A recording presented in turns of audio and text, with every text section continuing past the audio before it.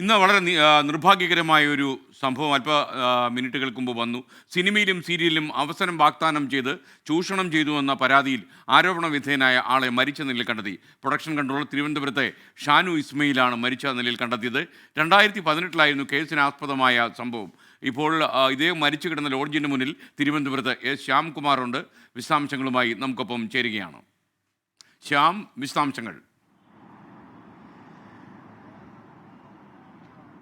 SKN 2018 നടന്ന സംഭവത്തിൽ കഴിഞ്ഞ 2 ആഴ്ച മുമ്പാണ് മ്യൂസിയം പോലീസ് ഷാനു ഇസ്മയിലിനെ പ്രതിയാക്കി കേസ് രജിസ്റ്റർ ചെയ്തിരുന്നത്. ആ കേസിൽ ഉൾപ്പെട്ടതിന് ശേഷം ഷാനു കഴിഞ്ഞ മാസം 11-ാം തീയതി മുതൽ താമസിച്ചിരുന്നത് ഈ ദ്വാരക എന്ന് പറയുന്ന ഈ ഹോട്ടലിലായിരുന്നു.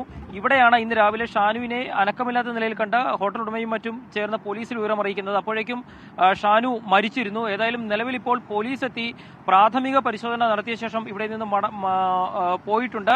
അല്പസമയത്തിനകം പോലീസ് സംഘം എത്തുകയും ഇൻക്വസ്റ്റ് നടപടികൾ ആരംഭിക്കുകയും ചെയ്യുമെന്നുള്ളതാണ് അറിയിച്ചിരിക്കുന്നത്.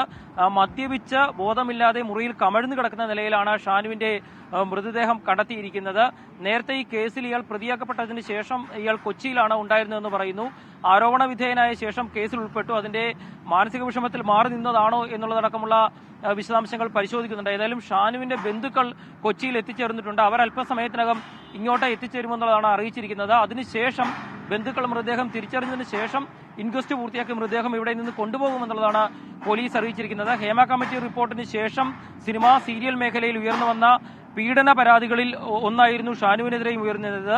അതിലാണ് തിരുവനന്തപുരത്തെ മ്യൂസിയം പോലീസ് ഷാനുവിനെ പ്രതിയാക്കി കേസ് രജിസ്റ്റർ ചെയ്യുകയും ചെയ്തിരുന്നത്. അതിനുശേഷം ഉണ്ടായ മരണം, മദ്യപിച്ച് ബോധരഹിതനായി കിടക്കുമ്പോൾ ഉണ്ടായ മരണമാണ്. ഏതായാലും ഇതിൽ മരണകാരണം മദ്യപിച്ചത് തന്നെയാണോ എന്നുള്ളത് പോസ്റ്റ്മോർട്ടത്തിലെ തെളിവുള്ളൂ. ഏതായാലും മുറിയിൽ മരിച്ച നിലയിൽ കണ്ടെത്തുകയായിരുന്നു. ഈ കേസിൽ പ്രതിയാക്കപ്പെടുകയും ചെയ്തിരുന്നു. ഏതായാലും അല്പസമയത്തിനകം പോലീസിന്റെ നടപടിക്രമങ്ങൾ ആരംഭിക്കും. നിലവിൽ ആ മുറി പോലീസ് സീൽ ചെയ്യുകയും ചെയ്തിട്ടുണ്ട്. SKN. Okay, thank you. ശ്യാംകുമാറാണ് വിവരങ്ങൾ നൽകിയ. വളരെ നിർഭാഗ്യകരമായ സംഭവമാണ് ഉണ്ടായത്. കുറച്ചധികം കാലമായി ഈ ടെലിവിഷൻ പരമ്പരകളുടെ ഒക്കെ പ്രൊഡക്ഷൻ കൺട്രോളായി ഇദ്ദേഹം ജോലി ചെയ്ത് വരികയായിരുന്നു.